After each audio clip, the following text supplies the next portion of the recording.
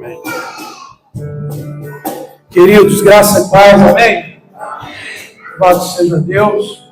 Hoje nós vamos liberar os pequenos só até os 7 anos. Os demais não terão reunião hoje, né? Deus abençoe os nossos pequenos aí, na obra do Senhor. Amém. Glória a Deus. Muito bom a gente ouvir, né, testemunho, o compartilhamento que às vezes o irmão traz e a superação que aquele irmão teve numa batalha. Irmãos, esse compartilhamento é fundamental para nós. Todos nós temos algo a compartilhar. Por isso a gente, toda semana, todo dia, a gente tem falado que nós precisamos, como acabou de ser cantado, é relacionamento, né? O nosso Deus é um Deus de relacionamento.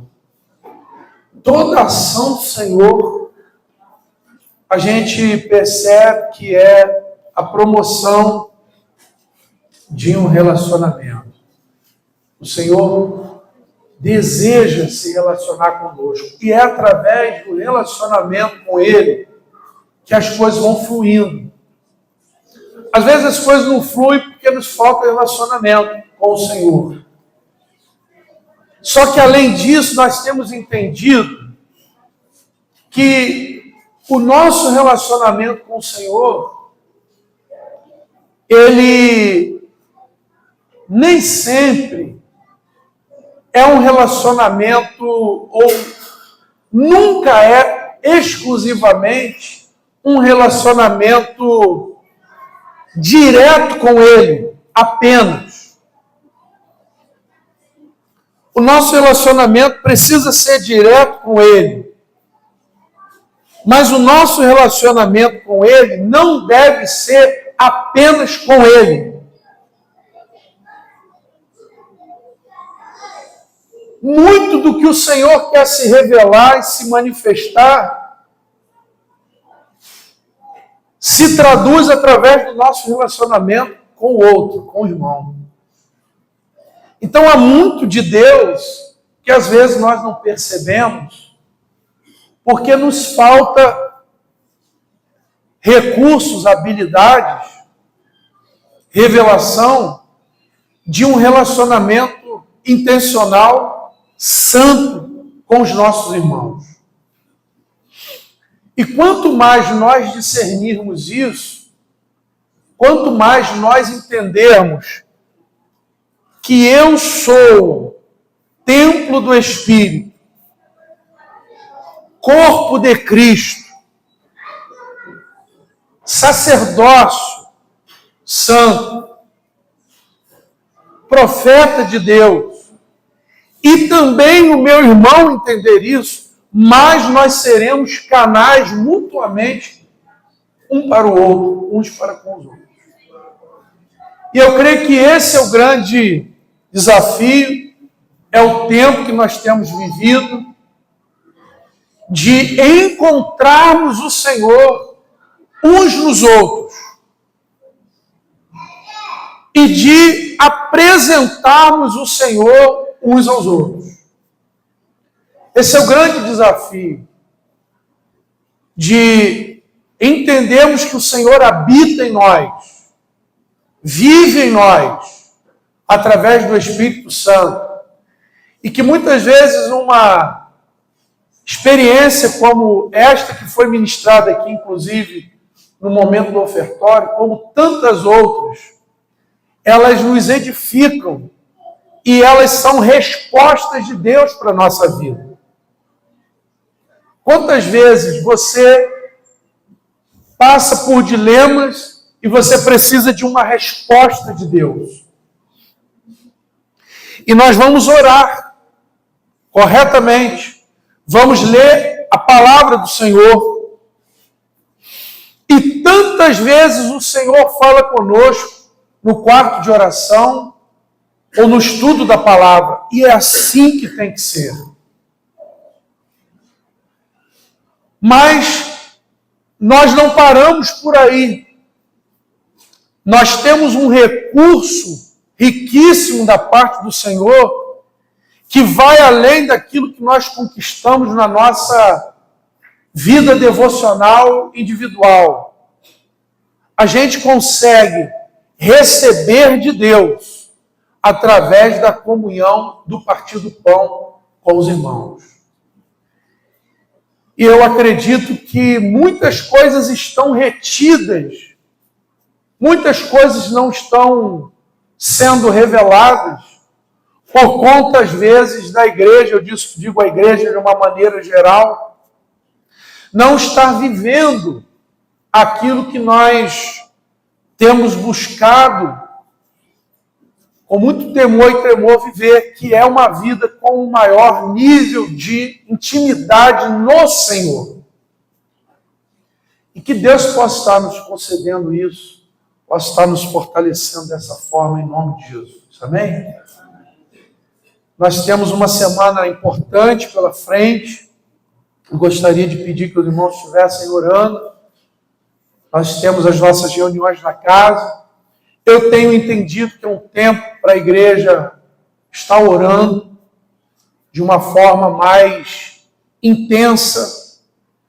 Eu percebo que é um tempo que o Senhor está nos convidando, nos chamando para uma maior atenção nesses meses que virão.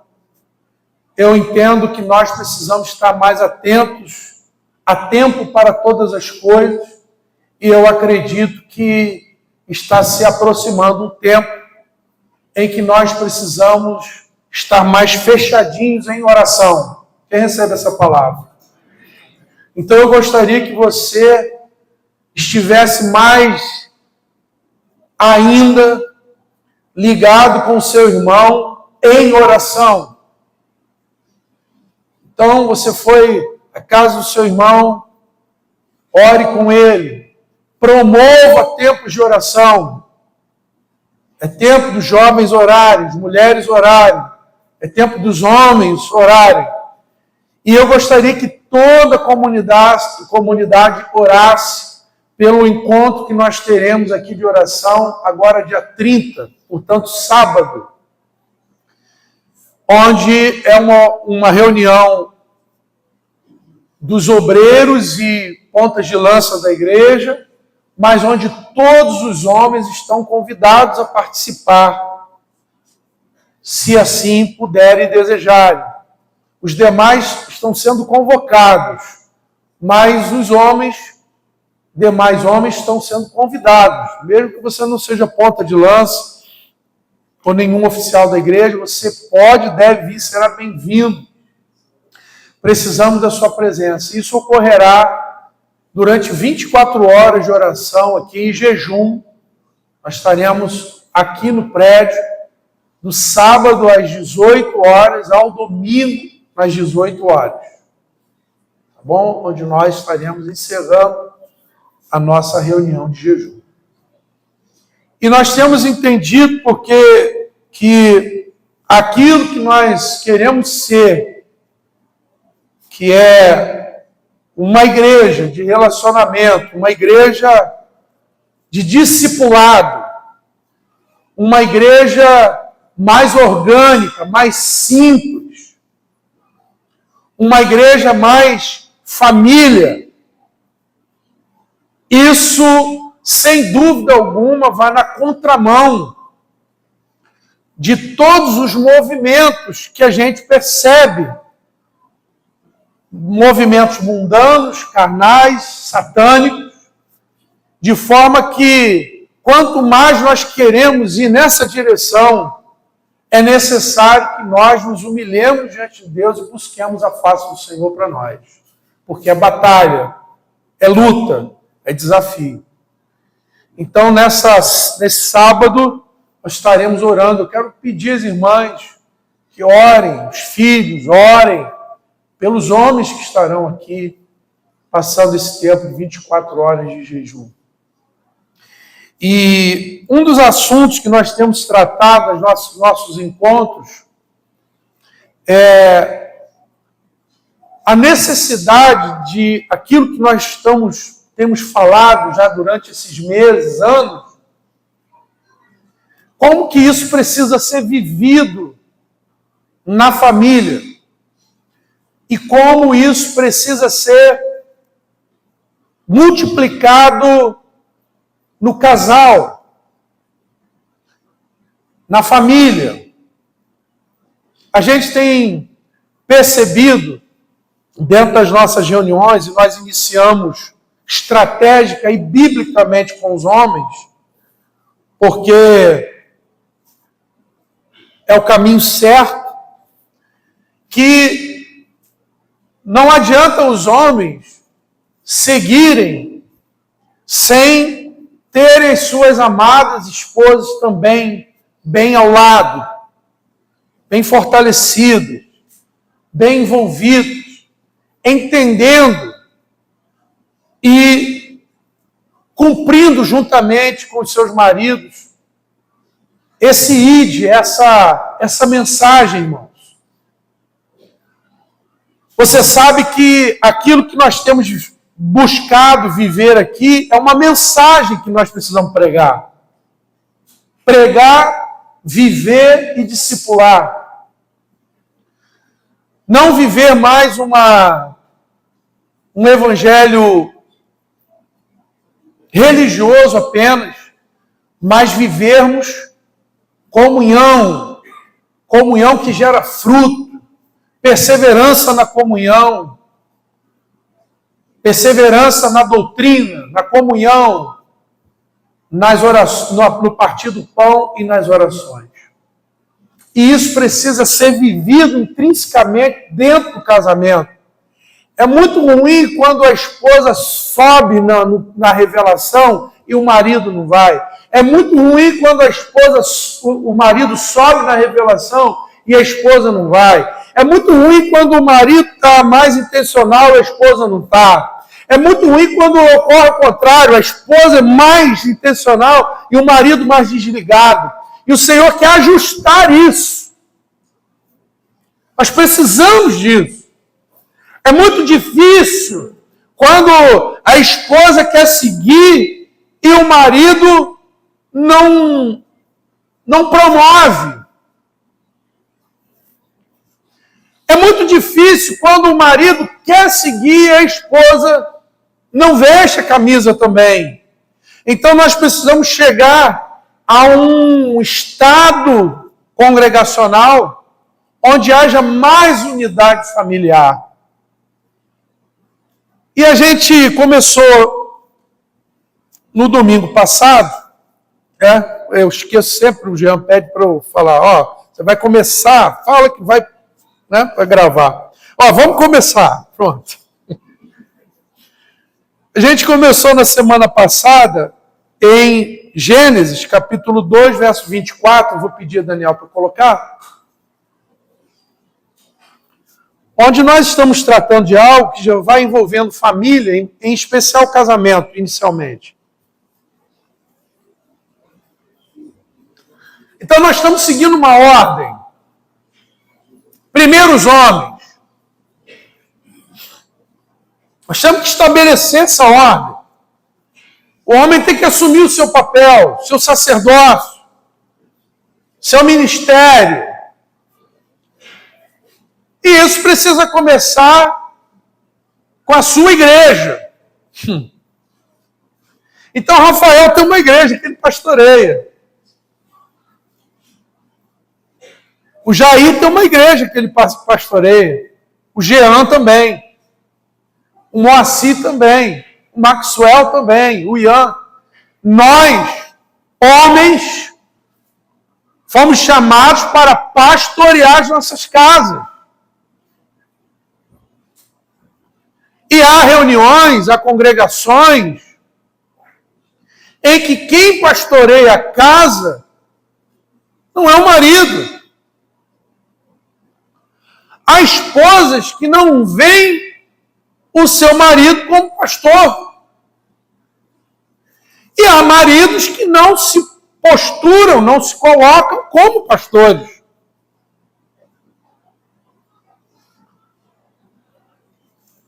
Há famílias que ainda não viram, não entenderam, não perceberam que a sua casa serve ao reino. E a condução do seu lar, a estrutura da sua casa, ela é alheia à parte desconectada do reino. E aí agora eu preciso de uma religião, eu preciso de uma atividade religiosa, onde eu vou ali me sentir, me apresentar, me mostrar, me colocar como um crente. Mas eu não consigo enxergar isso dentro da minha casa. Eu não consigo entender a minha responsabilidade dentro do meu lar. Eu não vivo um novo nascimento dentro da minha casa. Eu não revelo Jesus dentro do meu lar, no meio da minha família. E isso, amados irmãos, é um grande problema. E Fabinho está com um livro que ele já distribuiu, inclusive, para muitos irmãos, de um grande pastor chamado Richard Baxter. E ele, quando se tornou pastor de uma localidade na Inglaterra, bem central, bem próximo à capital, ele percebeu que a igreja estava tão perturbada, estava tão secularizada, e ele chegou à conclusão de que os seus sermões não estavam logrando êxito, porque ele detectou um grande poder, um poder que a princípio deveria cooperar com ele, mas que, na verdade, estava atrapalhando o seu ministério pastoral.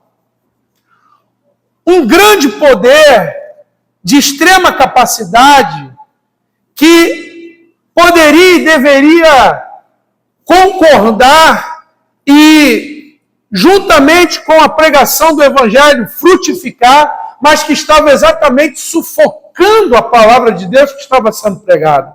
E o poder que ele estava enfrentando era o poder da família. Só que famílias problemáticas, desestruturadas,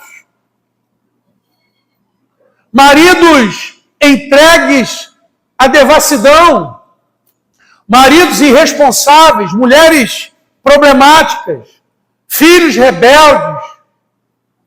Como que um sermão de domingo, como que um ensino doutrinário poderia competir com o poder diário da família em mau funcionamento? Crentes, irmãos, que estavam há anos ouvindo a palavra, mas que também há anos não vivenciavam, não praticavam a palavra dentro de casa. Então ele percebeu que ele tinha que parar tudo e começar a conversar com os homens, conversar com as famílias, trazer arrependimento, quebrantamento, para que o Senhor pudesse reinar dentro das casas, para que não houvesse divisão. Os irmãos estão entendendo? Queridos, hoje não é diferente. Hoje não é diferente. Se não há entendimento de papéis conjugais, dificilmente a pessoa vai encontrar o seu posicionamento em Cristo. se não há santidade dentro de casa, busca da presença de Deus no lar, nós teremos uma comunidade enfraquecida. Se nós temos homens endurecidos, enrijecidos, duros nos seus corações, insensíveis à voz do Espírito dentro das suas casas, por que seria diferente no meio da comunidade? Se nós temos mulheres sem temor, mulheres teimosas, orgulhosas, se nós temos filhos rebeldes, desobedientes, insubmissos, como que nós vamos vivenciar isso dentro do reino, dentro da comunidade? Então nós começamos na semana passada a fazer um paralelo entre a família, o lar e o novo nascimento, o discipulado. E eu gostaria que a gente se atentasse para isso. Nós lemos na semana passada que o homem deixa pai e mãe, se une à sua mulher, tornando-se os dois uma só carne. E eu gostaria de abrir com você também em João, o Evangelho, capítulo 1.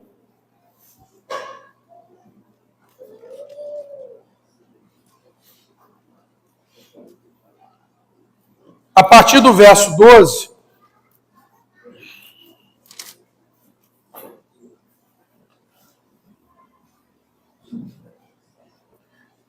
que diz que a todos quantos o receberam, deu-lhes o poder de serem feitos filhos de Deus, a saber, aos que creem no seu nome, os quais não nasceram do sangue, nem da vontade da carne, nem da vontade do varão, mas de Deus.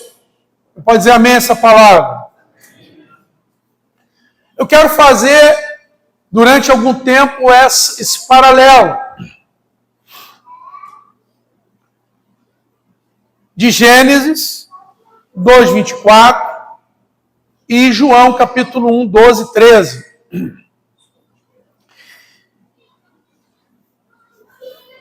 O homem, para casar, ele tem que romper com o seu passado. Ele tem que deixar pai e mãe.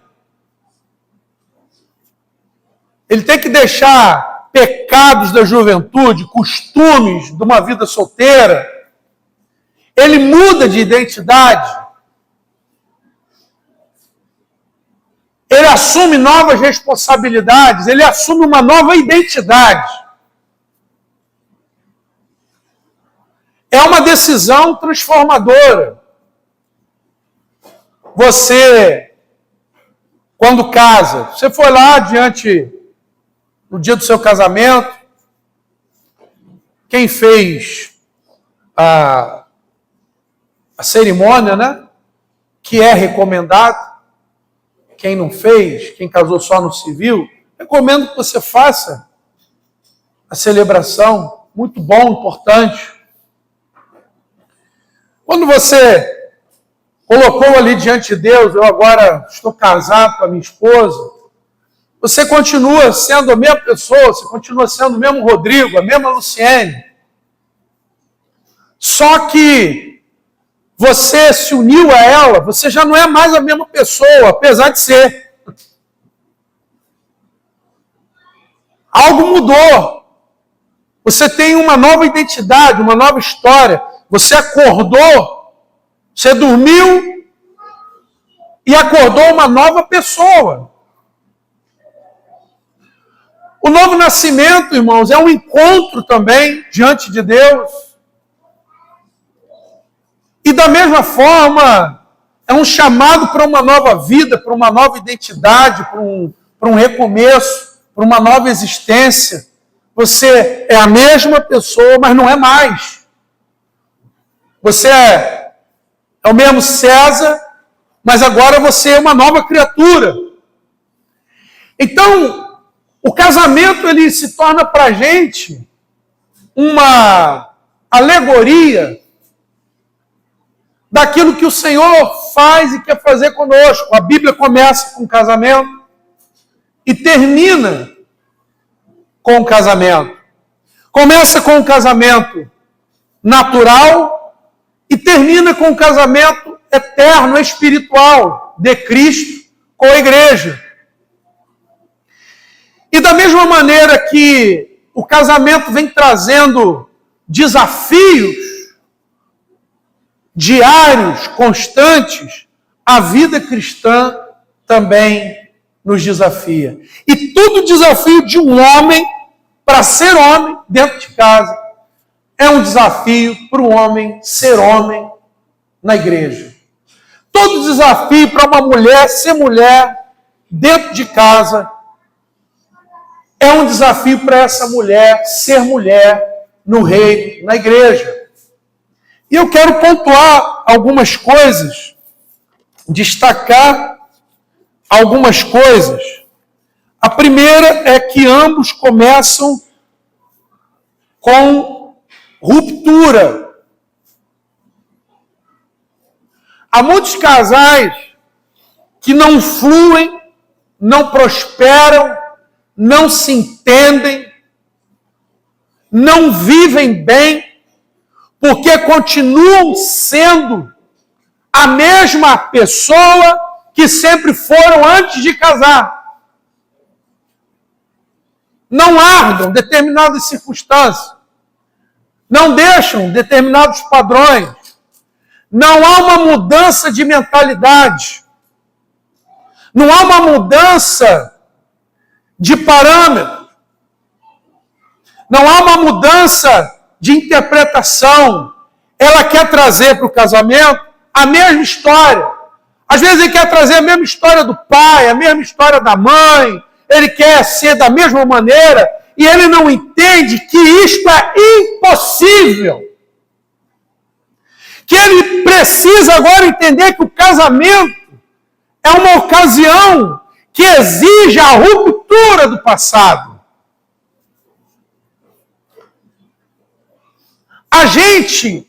Há pessoas que foram tão infelizes, foram tão problemáticas, tiveram um lar, uma família tão disruptiva, os pais separados, brigados, abandonados, coisas ruins aconteceram, que aquela pessoa vem carregando aquilo e traz aquilo para dentro do casamento. Ela não conseguiu, ela talvez não buscou se desconectar daquilo. E hoje ela reproduz, ela vive, ela faz o seu casamento a continuidade daquilo que ela precisava ter deixado para trás. Mas a gente que teve a vida tão boa, tão feliz, uma família tão maravilhosa, pais extraordinários, uma vida riquíssima de boas experiências, foi tão satisfatória a vivência dele ou dela, que esse indivíduo, essa pessoa, também não consegue agora viver a sua própria vida. Ela não consegue agora entender que é tudo novo. Não é a mesma casa. O marido não é o pai, a esposa não é a mãe. É outra história, diferente história. E às vezes aquela frustração de não ser o pai, de não ser igual, de querer trazer o mesmo sistema que não era dele, era da família, do pai e da mãe. Por isso, o homem precisa deixar o seu pai e a sua mãe para se unir à sua mulher, para que seja uma só carne. Precisa haver uma renúncia. Eu preciso estar livre. Eu preciso estar como uma pessoa, como indivíduo, pessoalmente disponível para a minha família, para a minha esposa, ou a mulher para o seu marido.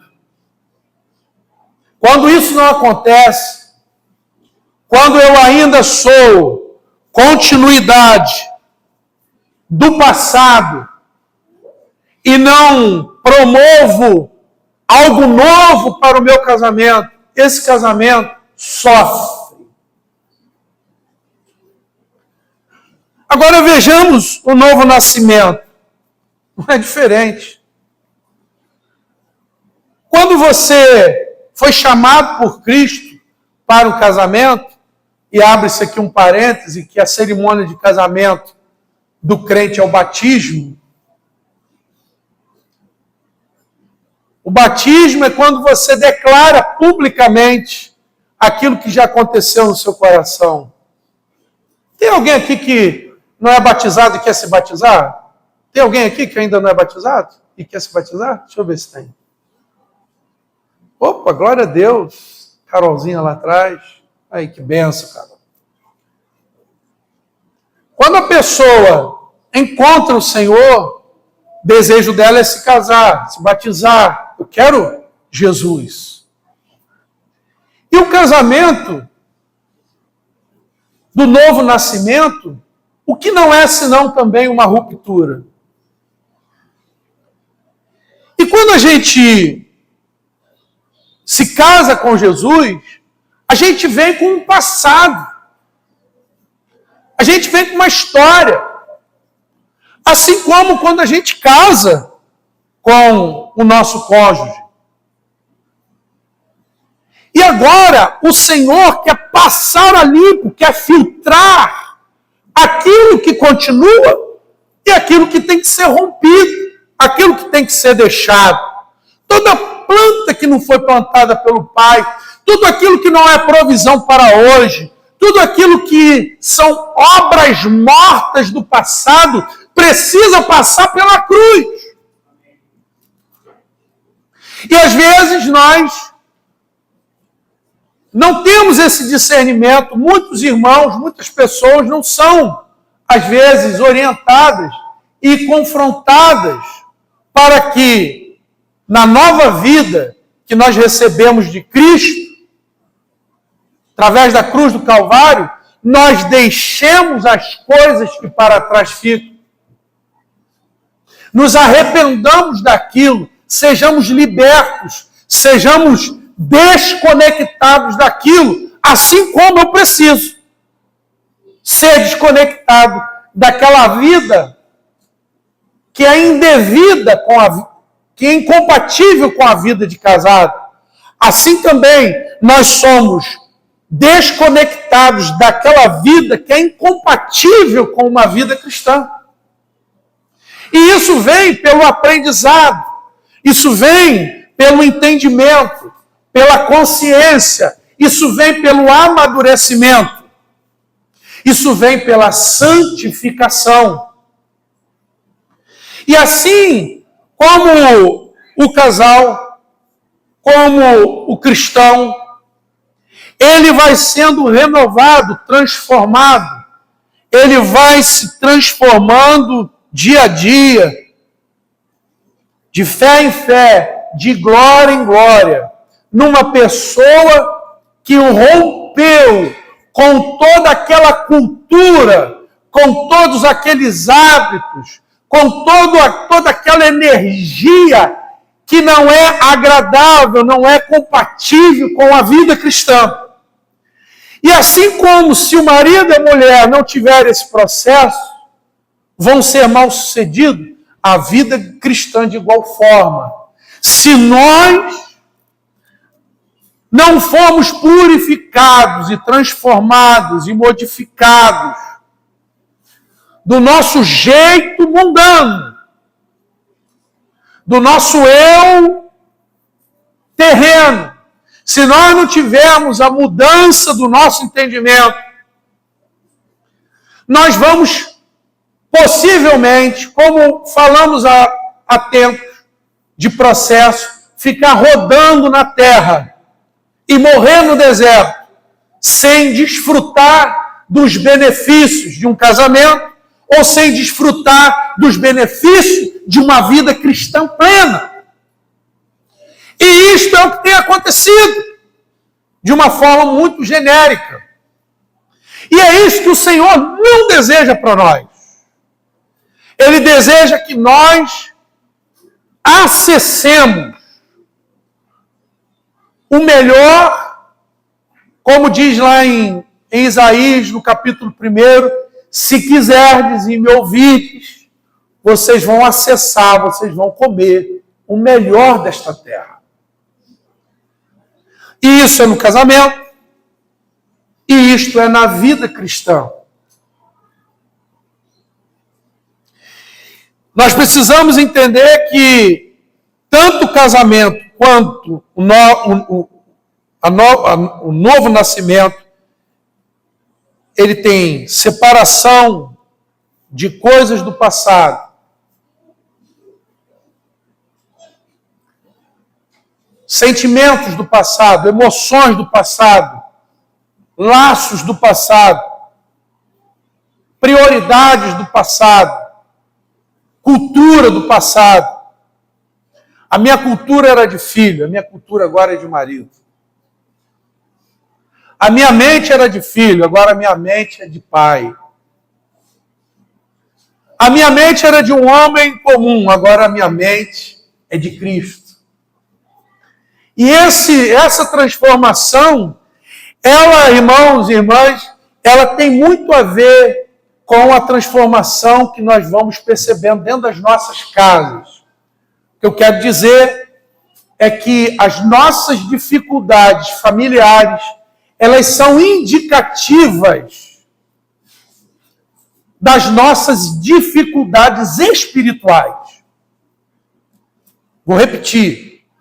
Aquilo que acontece no meu lar é um indicativo daquilo que está acontecendo na minha vida como cristão. Os meus problemas familiares são problemas indicativos que revelam dificuldades que eu tenho espirituais. Irmãos, estão entendendo? São referências. Então, aquilo que você está passando dentro da sua casa, no seu lar, educação de filho, finança, sexo, lazer, todas estas coisas, elas têm um peso espiritual muito importante. Porque elas são indicativos, são referência do que está acontecendo também na sua vida espiritual. E o casamento, ele se torna para nós também um grande laboratório, um grande seminário, onde nós vamos promover e vamos aprender muitas coisas do reino.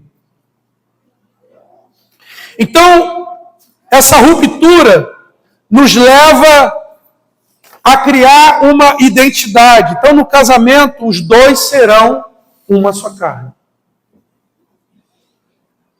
Agora tem unidade, propósito compartilhado, comunhão, parceria. Duas pessoas aprendem a viver em unidade. O casamento muda prioridade, muda plano, muda rotina, muda decisão, muda visão de futuro. Eu começo a me tornar uma nova pessoa à medida que eu vou convivendo com a minha família. E no novo nascimento, o texto que nós lemos diz que os quais foram feitos filhos de Deus, nova criatura, participante do reino, templo do Espírito Santo. Nós temos uma nova identidade. Irmão, o grande problema é eu me casar e não assumir essa identidade. O grande problema é eu ser um cristão e não assumir essa identidade. E quanto mais eu sei quem eu sou, mais eu sei quem Deus é. Vou mudar. Quanto mais eu sei quem Deus é, mais eu sei quem eu sou. Quanto mais a gente se aproxima do Senhor, mais a gente se conhece, a gente se resolve. E o casamento, irmãos, a gente está trazendo isso para esse tempo. Ele precisa representar a nossa caminhada diante de Deus.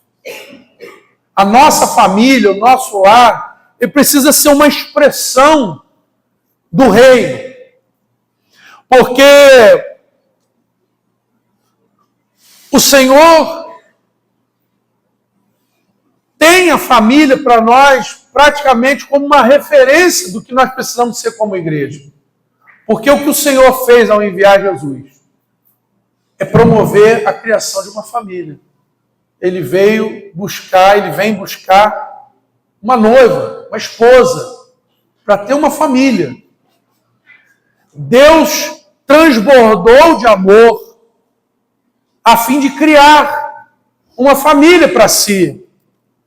Ele nos criou com esse objetivo e enviou o seu Filho para promover uma família de muitos filhos semelhantes a Jesus. E cada vez que eu vou me tornando mais parecido com Jesus, o propósito eterno de Deus vai se cumprindo. E isso passa pelo nosso casamento. Por que a gente está trazendo isso? Porque, paralelamente ao propósito de Deus, amados, Satanás, ele tem os seus propósitos.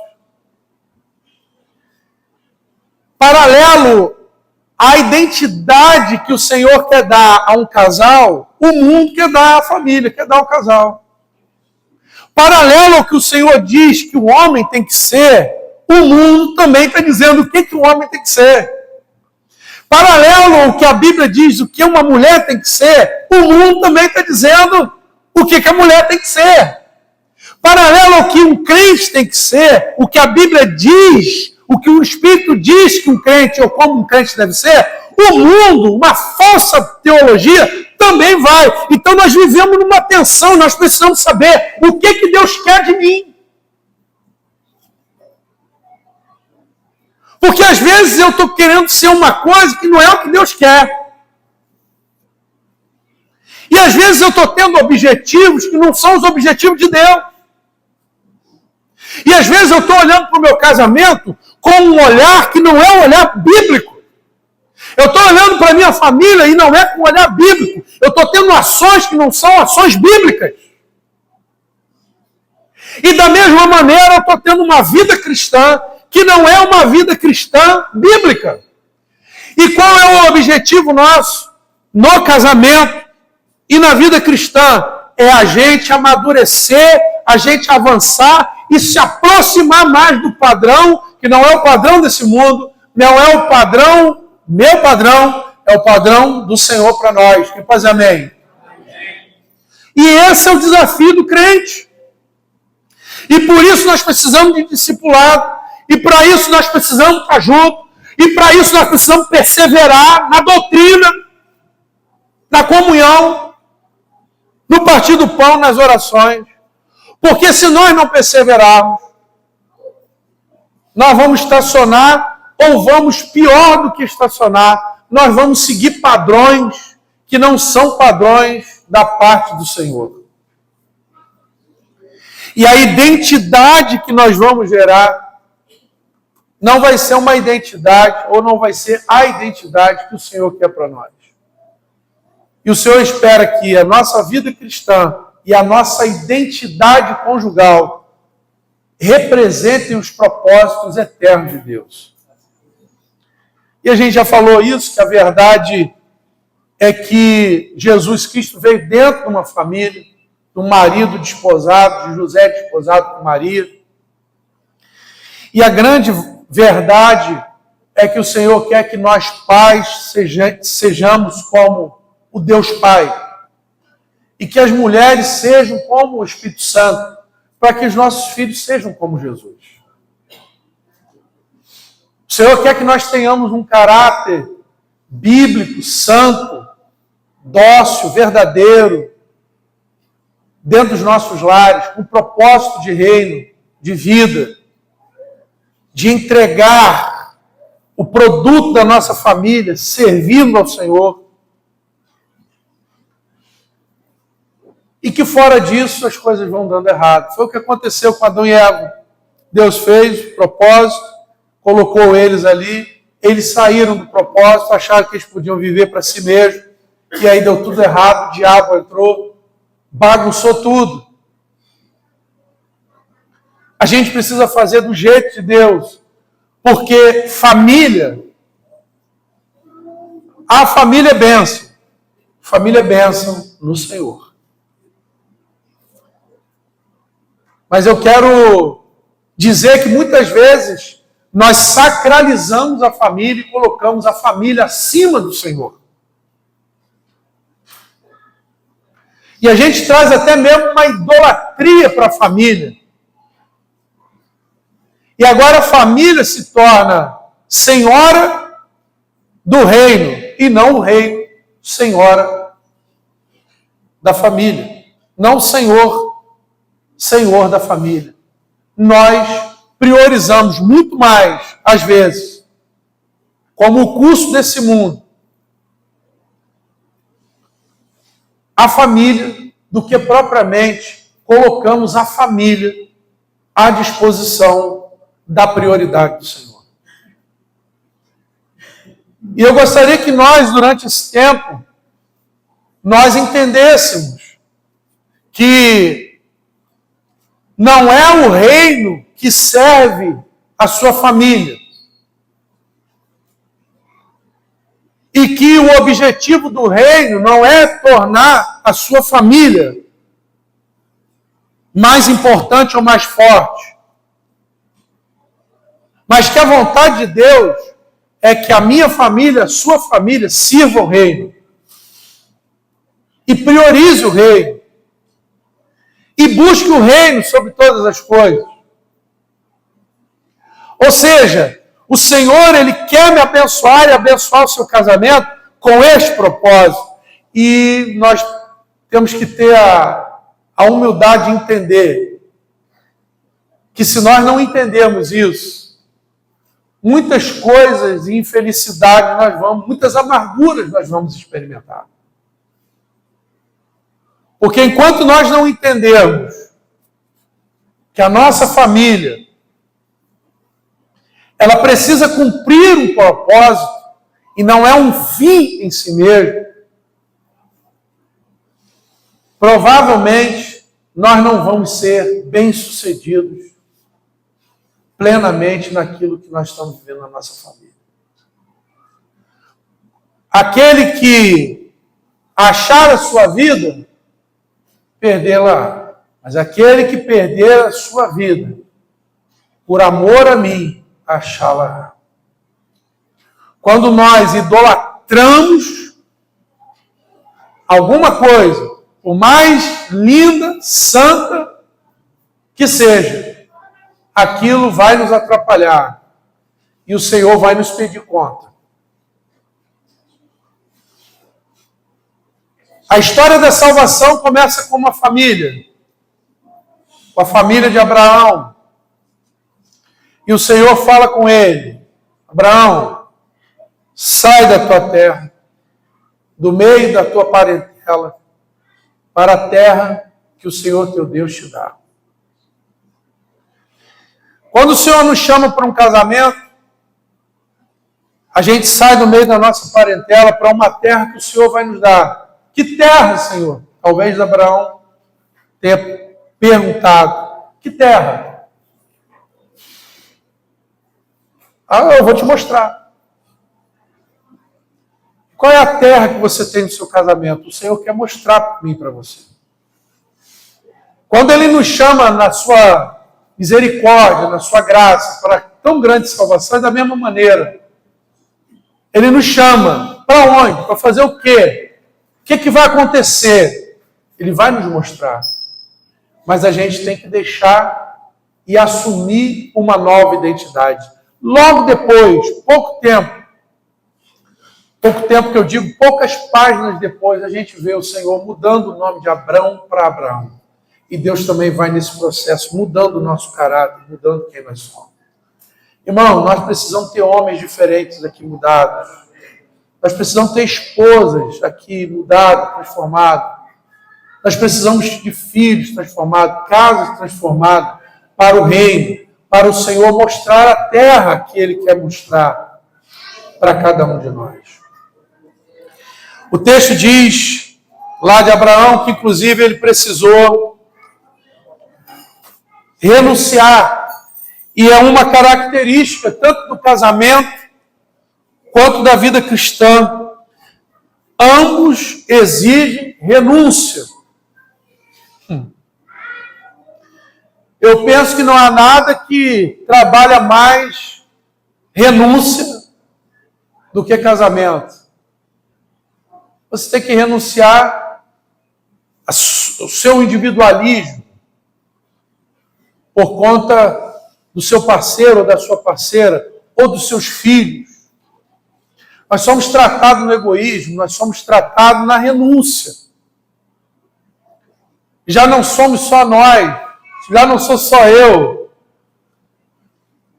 Agora eu tenho que pensar não só em mim, eu tenho que pensar em outro. Eu tenho uma esposa, eu tenho filhos, eu tenho um marido. A gente vai sendo descentralizado. Amados, isso também na vida cristã. O Evangelho exige que nós saiamos do nosso egoísmo, do nosso jeito de ser, de abrir mão de muitas coisas por conta de Jesus. Assim como Abraão teve que deixar a terra, a parentela, assim como Abraão teve que renunciar ao seu próprio filho, entregando, levantando a mão, priorizando a vontade do Senhor, nós somos desafiados diariamente, constantemente, na nossa vida familiar, na nossa vida cristã, a termos uma vida de renúncia. Isso é uma coisa que ninguém gosta, e eu sou um desses, é renunciar àquilo que você quer. É a sua vontade, é aquilo que você gosta, é aquilo que você deseja, é aquilo que você prioriza. Mas se eu não renunciar, jeito de ser, prioridade, eu não mantenho um casamento por muito tempo. Os irmãos sabem disso. E se eu não renunciar ao meu ego, à minha carne, eu também não vou ter uma vida cristã frutífera, uma vida cristã bem-sucedida.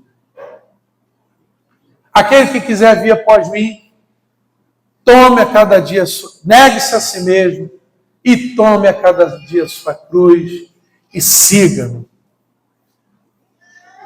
O casamento também é negar-se a si mesmo, é tomar cruz. É a cada dia, é seguir cada dia. Mas a cada dia que eu morro um pouco mais a vida de Deus se renova e se revela em mim. Por isso que Paulo diz, já não vivo mais eu, mas Cristo vive em mim.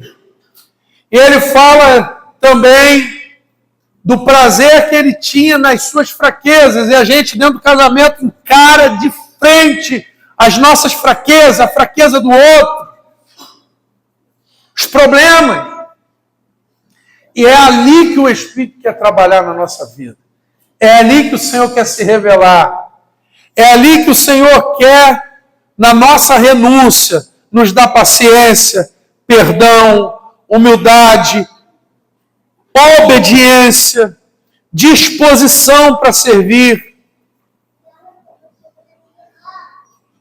E quando a gente abre mão das nossas próprias vontades e a gente começa a fazer e a ser quem a gente precisa ser e fazer. Porque quando a gente recebe a Jesus como Senhor e Salvador, ao contrário do que às vezes muitos pensam e até muitos pregam,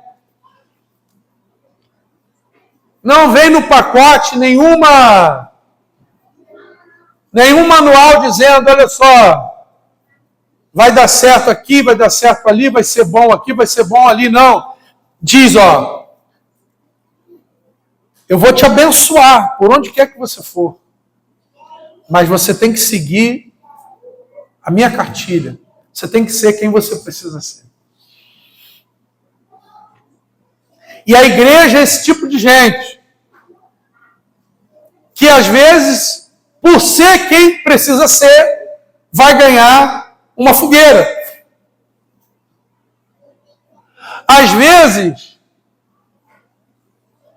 por ser quem precisa ser, vai ganhar um tá despedido. Às vezes, o crente, fazendo o que precisa fazer, vai ganhar uma chacota, uma piada, um escárnio, uma humilhação, uma incompreensão. Mas você não é crente, você não é cristão, e você não deve ser ou fazer aquilo que você é e faz por conta do que os outros são ou estão fazendo. Mas porque você agora tem uma identidade, você é uma nova criatura. Mesmo que os seus familiares te persigam, você continua. Porque o Senhor está acima e quem você tem que ser independe de quem os outros são. Você ouviu as palavras do Mestre, você não vai tratar mal por mal, você não vai largar a cruz. Você vai buscar no Espírito Santo graça, força, fé, para você continuar seguindo a Jesus. Amém? Mas às vezes a gente não faz isso em casa. Porque às vezes, por conta de circunstância e sentimento, eu quero deixar de ser quem eu tenho que ser. Para o meu filho ou para minha esposa. E eu deixo de ser quem eu tenho que ser para o meu filho, para o meu marido. E às vezes a gente precisa de uma circunstância exterior para a gente ser quem a gente precisa ser no interior. Irmãos, Jesus falou, vós sois o sal da terra e a luz do mundo. Não é o mundo, não é o exterior que salga o sal, é o sal que salga a terra. Não é o mundo que ilumina a luz, é a luz que ilumina a cidade, ilumina o mundo. Não é o exterior que forma o teu interior, é o interior que muda o exterior. É a postura de um homem que muda a sua casa. É a mudança do coração de uma mulher que muda o seu lar. É um filho de joelhos quebrantado que muda a atmosfera da sua casa. Eu não posso esperar minha esposa ser para eu passar a ser. Eu não posso esperar meu pai ser para eu passar a ser. Eu não posso esperar o meu marido se tornar para eu me tornar. Porque assim como no Evangelho, na nova vida, o Senhor nos chamou individualmente em um corpo para fazer a diferença. A gente também foi chamado para ser dentro de casa quem a gente precisa ser em Cristo Jesus. E não é porque o meu pai não é que eu vou deixar de ser.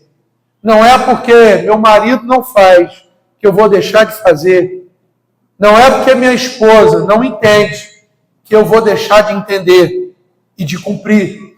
Irmãos, se nós atentarmos para isso e abraçarmos a renúncia diária para sermos no casamento, na vida cristã, quem nós precisamos ser, nós vamos começar a ser amadurecidos e fortalecidos na fé. Nós vamos ter uma igreja madura. Nós vamos ter lares consolidados, frutíferos. E as coisas vão acontecer diferentes. Que o Senhor nos abençoe nesse tempo, nessa palavra. Que seja um tempo que Deus toque nos nossos casamentos, poderosamente. Nos corações dos homens, nos corações das mulheres, nos corações dos filhos. Que haja realmente não a prevalência do que eu acho, do que você acha, do que você sente, do que eu sinto, mas daquilo que é vontade de Deus para nós. Que nós nos conformemos e nos sujeitemos à vontade de Deus na nossa vida cristã e no nosso casamento. Porque às vezes o casamento está bom para você, mas não está para Deus. Às vezes o marido é bom para você, mas não é para Deus.